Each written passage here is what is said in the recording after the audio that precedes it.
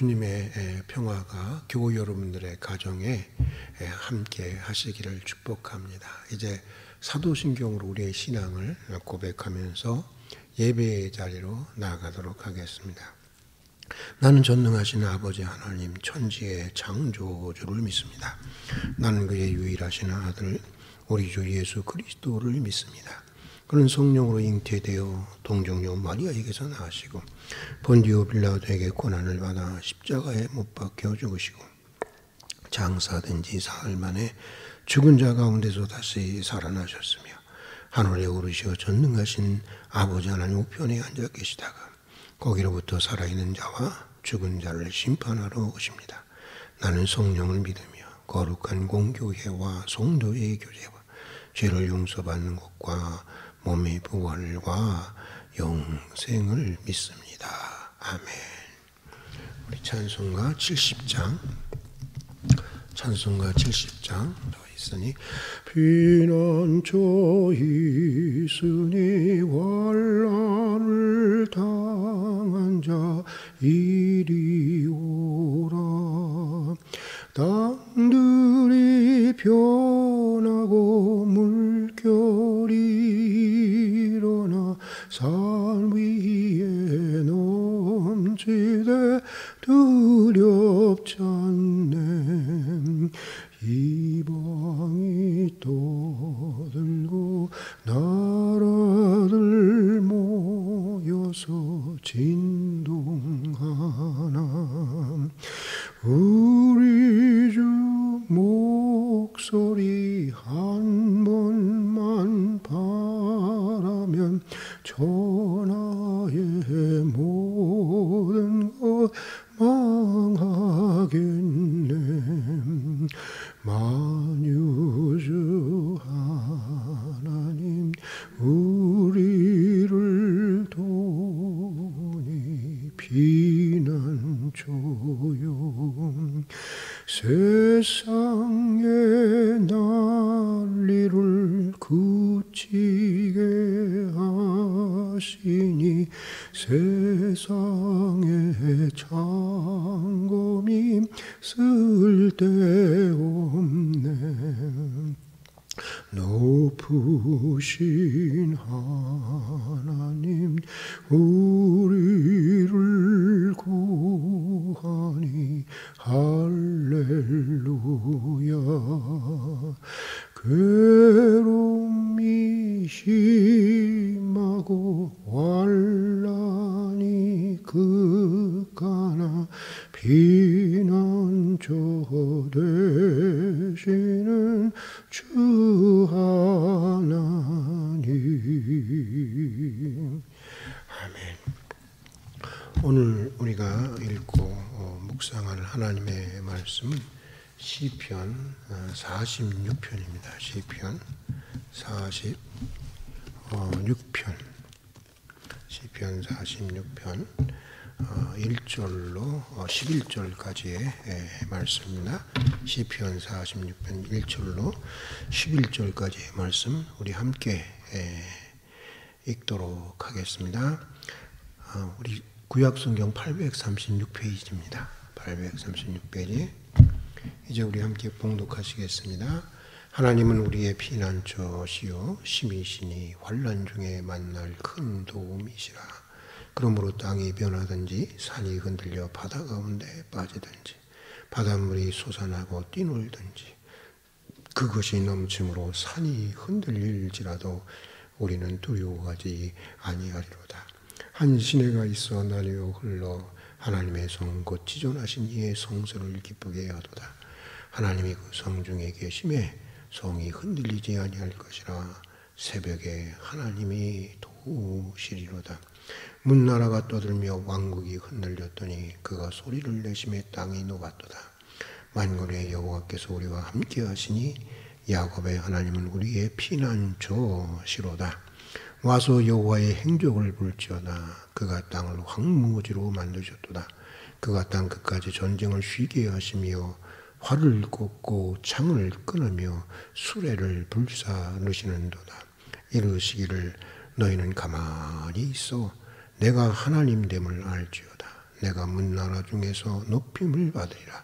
내가 세계 중에서 높임을 받으리라 하시도다. 만군의 여호와께서 우리와 함께 하시니 야곱의 하나님은 우리의 피난처시로다.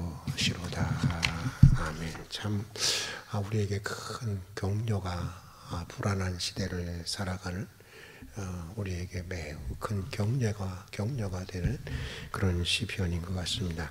어린 시절이었습니다. 종종 그 무용담을 듣는 것처럼 부모님에게서 피난 생활에 대한 이야기를 듣곤 했습니다. 6.25가 시작되고 불과 사흘 만에 서울이 떨어지자 이 서울에 남아 계셨던 아버지는 홀로 적진을 뚫고 남으로 피난길을 떠났다고 하는 것입니다. 때론 고개 하나를 놓고 이쪽은 인민군, 저쪽은 국군이 되지 않은 상황도 만나게 되었다는 것입니다. 그래서 아버지는 인민군을 만나면 인민군 만세를 외치고 또 국군을 만나면 국군 만세를 외치면서 사선을 뚫고 보다 안전한 피난처를 향해서 남으로 내려가셨다는 것입니다. 그렇게 고생하다가 나중에 이제 국군에 입대하셨다는 것입니다. 아마도 여기 연세가 높으신 어르신들은 다 경험하신 일이 아닐까 그런 생각이 듭니다. 그런데 생각해보면 사람이 꼭 전쟁 때만 피난처를 찾는 것은 아닙니다. 어떻게 보면 오늘 우리가 살아가는 삶의 현장이 다 전쟁터와 같은 것입니다. 그래서 적군에 쫓기듯이 때로는 시간에 쫓기고 일에 쫓기고 돈에 쫓기고 질병에 쫓기고 또 사람들에게 쫓기고 시련에 쫓기고 환난에 쫓기면서 우리 모두는 보다도 안전한 피난처를 찾아가고 있는 것입니다. 오늘 우리가 같이 나누고자 하는 시편 46편은 인생의 참된 피난처가 되시는 하나님을 확신하는 가운데 피난처 되시는 하나님을 찬양하고 있는 시편, 그것이 오늘 우리가 읽은 시편 46편입니다. 이 시편은 어느 누구보다도 파란만장한 인생을 살았던 저자가 살았던 다윗의 경험을 반영하기도 한 시 같은데 꼭 그러나 이 시편을 다윗이 지었다고 얘기할 수는 없을 것 같습니다. 아무튼 간에 이 시편의 저자가 누구이든 다윗이든 그것이 고라의 자손이든 우리 인생의 영원한 피난처는 오직 오늘 시편 기자는 하나님이라고 말하면서 믿음의 사람들이 인생의 위기 앞에서 인생의 위기에 직면해서 어떻게 살아가야 하는지를 말씀해 주고 있습니다. 먼저 오늘 시편 2절과 3절에 보면 시편 저자는 자연적인 재해로부터 오는 위기에 대해서 말하고 있는데 우리 한번 다 같이 2절과 3절의 말씀을 읽어보겠습니다. 그러므로 땅이 변하든지 산이 흔들려 가운데 빠지든지 바다 가운데 빠지든지 바닷물이 솟아나고 뛰놀든지 그것이 넘침으로 산이 흔들릴지라도 우리는 무엇하지 아니오로다 두려워하지 아니하로다. 자, 지금 땅이 변합니다. 산이 흔들립니다. 바닷물이 솟구치고 또 그것들이 넘쳐서 지상의 모든 것들을 싹 다 싹쓸이해 갑니다. 지금 여기서 묘사되는 이 모든 것들은 자연으로부터 오는 재해입니다. 지진도 있고 해일도 있고 홍수도 있습니다. 그 외에도 자연으로부터 오는 재해들은 많이 있습니다. 그런데 오늘 시편 기자는 그런 재앙이 있지만 두렵지 않다라고 하는 것입니다. 왜냐?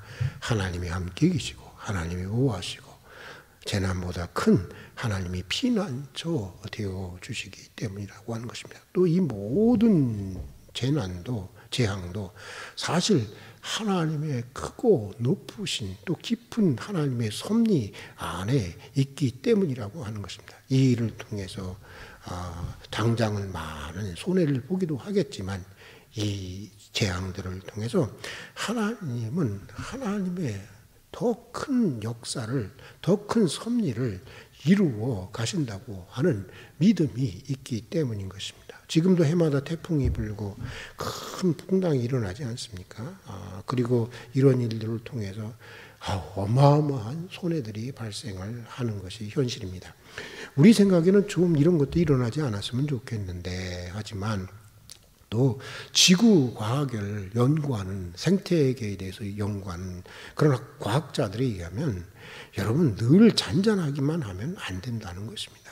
가끔씩 이렇게 이 바다가 넘치고 요동하고 그렇게 해야 된다는 것입니다. 그래야 바다가 정화되고 바다 깊은 곳까지 산소가 공급되고 그래야만 지구 이 생태계 전체가 유지될 수 있다고 하는 것입니다. 고요하기만 하면 생명체가 살 수가 없다는 것입니다. 우리의 생태계는 다 파괴되고 만다는 것입니다. 그래서 생명이 제대로 자라나고 번성하기 위해서는 때때로 재앙처럼 보이는 이런 자연적인 격변을 경험해야 한다고 하는 것입니다. 그런데 여러분 자연만 그런 것이 아닙니다. 여러분 우리의 영혼도 그런 것입니다. 우리의 영적인 생명도 건강하게 자라기 위해서는 때론 자연적인 재앙과 같은 그런 크고 작은 고난에 직면해야 하는 것입니다. 이 연단을 받아야 하는 것입니다. 그러나 이런 시련의 시간이 물론 그런 일을 당하면 우리는 매우 고통스럽습니다. 힘듭니다. 그러나 이런 시련의 시간이 꼭 필요한 것입니다. 그러므로 고난이 있을 때 왜 내게 이런 일이 여러분 이러면 점점 더 힘들어집니다. 그러면 점점 더 어려워집니다. 오히려 올 게 왔구나 하는 마음으로 받아들이면서 이 모든 환난의 배후에 계시는 하나님의 손길을 그 능한 손길을 바라볼 수 있는 믿음의 안목을 가져야 하는 것입니다. 풍랑이 일던 밤 죽게 되었나라고 펄펄 뛰면서 배 안에 잠든 예수님을 깨우는 제자들에게 예수님이 이렇게 말씀하십니다. 믿음이 적은 자들아. 믿음이 없는 자들아 그러지는 않았어요. 믿음이 적은 자들아. 믿음이 없는 것이 아니고 믿음이 작다는 것입니다. 그러니까 이런 말입니다. 제자들은 풍랑이 문제라고 보았지만 예수님은 제자들이 가진 작은 믿음이 문제라고 보았던 것입니다. 문제는 풍랑의 크기가 아니라는 것입니다. 예수님의 입장에서는 문제는 우리가 가지고 있는 제자들이 가진 작은 믿음이었다고 하는 것입니다. 풍랑 저편에서 그 풍랑을 통해서 더 큰 하나님의 역사와 섭리를 이루어 가시는 그 주님의 손길을 바라볼 수 있는 믿음이 부족한 것, 이것이 문제였다고 하는 것입니다. 이런 믿음이 있다면야 두려울 것이 없다고 하는 것입니다. 여러분 이것을 기억해야 합니다. 우리의 문제는 환난이 아닙니다. 환난의 크기도 아닙니다. 문제는 우리 성경을 읽어보면 읽어볼수록 여러분 문제는 정말 우리의 믿음입니다. 풍랑의 배후에서 그 풍랑을 통해 더 큰 역사를 이루어 가시는 하나님의 섭리를 여러분 주목할 수 있는 그런 믿음의 사람들이 되어야 하는 것입니다. 풍랑의 크기보다도 더 큰 믿음을 달라고 기도하는 그런 새벽이 될 수 있기를 바랍니다. 자, 또 위기 앞에서 요청되는 자세는 하나님이 새벽에 도우신다고 하는 믿음입니다. 오늘 시편 기자는 이렇게 고백하고 있습니다. 우리 다 같이 5절의 말씀을 읽어보겠습니다. 하나님이 그 성 중에 계심에 성이 흔들리지 아니할 것이나 새벽에 하나님이 도우시리로다. 언제 하나님이 도우신다고요? 새벽에 하나님이 도우시리로다. 하나님이 새벽에 도우신다는 것입니다. 그러니까 여러분 새벽기도 많이 하십시오. 이번 사순절 기간 놓치지 말고 이제 며칠 남지도 않았는데 여러분 계속 잘할 수 있기를 바랍니다. 사실 또 성경에 보면 농담이 반이긴 해도 진담도 반입니다. 사실 성경을 보면 하나님은 주로 새벽에 놀라운 일들을 행하셨습니다. 새벽에 홍해를 갈랐습니다. 새벽에 요단강을 갈랐습니다. 또 새벽에 인류 역사상 가장 위대한 기적인 예수님의 부활의 사건이 일어나게 됩니다. 다 이 모든 것들은 새벽에 일어난 사건들이었습니다. 그러나 오늘 시편은 그보다 더 깊은 의미가 있는 말씀입니다. 새벽에 하나님이 도우시리로다라고 하는 이 말씀은 밤은 지나가게 되어 있다고 하는 것입니다. 그리고 이어서 새벽은 오고 아침은 오고야 만다는 그런 말씀입니다. 어느 대통령의 말대로 닭의 모가지를 비틀어도 새벽은 오고야 만다고 하는 것입니다. 이것을 잊지 말라는 것입니다. 밤이 깊으면 깊을수록, 인생의 밤이 깊으면 깊을수록 새벽이 가까워 있다고 하는 것을 기억하라고 하는 것입니다. 폭풍만 있는 것 같지만 곧 고요함이 뒤따라 온다는 것입니다. 십자가의 죽음 다음에 이어서 바로 부활이 오듯이 말입니다. 그러니까 이것을 기억해야 하는 것입니다. 하나님은 고통을 고통으로만 끝나게 하시는 분이 아니라는 것입니다. 아픔을 아픔으로만 끝나게 하시는 분이 아니라는 것입니다. 환난의 밤이 지나고 나면 은총으로 더욱 밝게 빛나는 인생의 새벽을 열어주신다는 것입니다. 마지막까지 소망의 끈을 놓치지 말라는 것입니다. 위기 앞에서 우리는 다가오고 있는 인생의 새벽을 바라볼 줄 알아야 한다고 하는 것입니다. 자, 그런가 하면 또 오늘 시편 기자는 위기의 날에 제발 좀 잠잠하라고 하는 것입니다. 떠들지 말고 고요히 하나님만 바라보라고 하는 것입니다. 우리 다 같이 한번 10절의 말씀을 읽어보도록 하겠습니다. 같이 10절의 말씀 읽겠습니다. 이르시기를 너희는 가만히 있어 내가 하나님됨을 알지어다. 내가 문나라 죄에서 높임을 받으리라. 중에서 높임을 받으리라. 내가 세계 중에서 높임을 받으리라 하시도다. 그러니까 여러분 호들갑 떨지 말라는 것입니다. 호들갑 떠는 이유는 믿음이 없어서 그런 것입니다. 가만히 고요한 가운데 잠잠히 하나님만을 바라보라는 것입니다. 반드시 하나님이 높임을 받게 될 것이고 하나님의 하나님됨의 역사가 나타나게 된다고 하는 것입니다. 열왕기 19장에 보면 크게 낙심한 엘리야가 호랍산에서 하나님을 만나게 되지 않습니까? 하나님은 엘리야를 산에 세우고 크고 강한 바람으로 바위를 부수고 산을 가릅니다. 그런데 거기에도 여호와께서 계시지 아니합니다. 이번에는 지진으로 땅을 흔듭니다. 땅이 갈라지고 불길이 솟구칩니다. 그런데도 여호와께서 거기 계시지 않았습니다. 그런데 이런 시끄러운 일이 다 지나간 다음에야 모든 것이 고요해지고 잠잠해지자 하나님의 고요하고 세밀한 음성이 들려옵니다. 거기서 엘리야는 하나님의 하나님 되심을 경험하게 됩니다. 우리가 이것을 알아야 되는데 우리의 마음이 조용해져야 우리 자신을 비우고 고요해져야 주님의 음성을 들을 수가 있는 것입니다. 우리가 잠잠해질 때 잠잠한 가운데 역사하시는 하나님을 만날 수 있는 것입니다. 우리가 격동하는 마음으로 듣는 음성들이 있지 않습니까? 불안할 때 내가 하나님 말씀 들었어. 그거 하나님 말씀이라고 생각하지 않는 게 낫습니다. 여러분, 하나님의 말씀은 확고한 평안 가운데 주어지는 것입니다. 땅이 변하고 산이 흔들리고 해일이 일어나 다스려가는 상황에서도 잠잠히 하나님을 바라보고 기다리라는 것입니다. 그러면 잘못되는 줄 알았는데 지내놓고 보니 그게 잘된 거라는 것을 알게 됩니다. 망하는 줄 알았는데 거기에 사는 길이 있었습니다. 기다림의 시간을 통해서 우리는 역사의 주인이 되시는, 내 삶의 주인이 되시는 하나님을 하나님으로 알게 되어가는 것입니다. 그래서 오늘 시편은 이렇게 결론을 맺고 있습니다. 우리 마지막 절을 같이 읽어보도록 하겠습니다. 오늘 마지막 절 11절을 같이 한번 읽어보겠습니다. 만군의 여호와께서 우리와 함께 하시니 야곱의 하나님은 우리의 피난처시로다. 하나님이 무엇이 되신다고요? 피난처가 되신다는 것입니다. 그가 나를 보호했고 그가 우리를 보호했고 앞으로도 지키시고 인도해 주실 것이라는 것입니다. 그러니까 제발이지 잠잠하라는 것입니다. 가만히 하나님을 바라보며 하나님의 하나님됨의 역사를 기다리라는 것입니다. 어떤 경우이든지 반드시 하나님의 손길이 나타나게 된다는 것입니다. 여러분, 어느 인생이나 위기로부터 자유로운 인생은 없는 것입니다. 누구나 다 위기에 직면하게 되어 있는 것입니다. 위기에 대해 더욱 잠잠히 하나님을 바라볼 수 있는 믿음의 사람들이 되기를 바랍니다. 우리가 외적으로도 적극적이고 활동적이어야 하지만 우리 내면에는 그 무엇도 흔들 수 없는 깊은 고요를 가지고 있어야 하는 것입니다. 위기 앞에서도 잠잠히 하나님의 역사를 기대하는 큰 믿음의 사람이 되게 해달라고 기도할 수 있는 그런 새벽이 될 수 있기를 바랍니다. 같이 기도하겠습니다.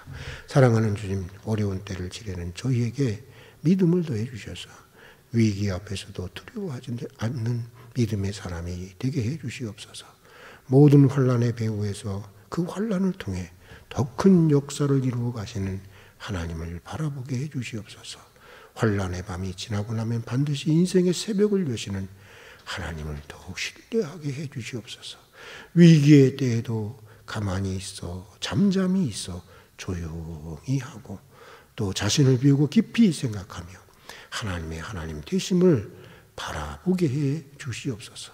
경쟁과 시기와 싸움, 끝없는 욕심, 과거에 대한 아쉬움, 그리고 미래에 대한 염려와 걱정 다 내려놓고 우리 심령으로 깊이 고요해지게 해주시고 고통 속에서도 그 고통을 넘어서 들려오는 주님의 세미한 음성을 들을 수 있는 저희들이 되게 하여 주시옵소서.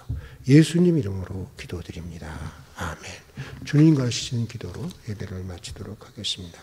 하늘에 계신 우리 아버지, 아버지의 이름을 거룩하게 하시며 아버지의 나라가 오게 하시며 아버지의 뜻이 하늘에서와 같이 땅에서도 이루어지게 하소서. 오늘 우리에게 일용할 양식을 주시고 우리가 우리에게 잘못한 사람을 용서하여 준 것 같이 우리 죄를 용서하여 주시고 우리를 시험에 빠지지 않게 하시고 악에서 구하소서. 나라와 권능과 영광이 영원히 아버지의 것입니다. 아멘.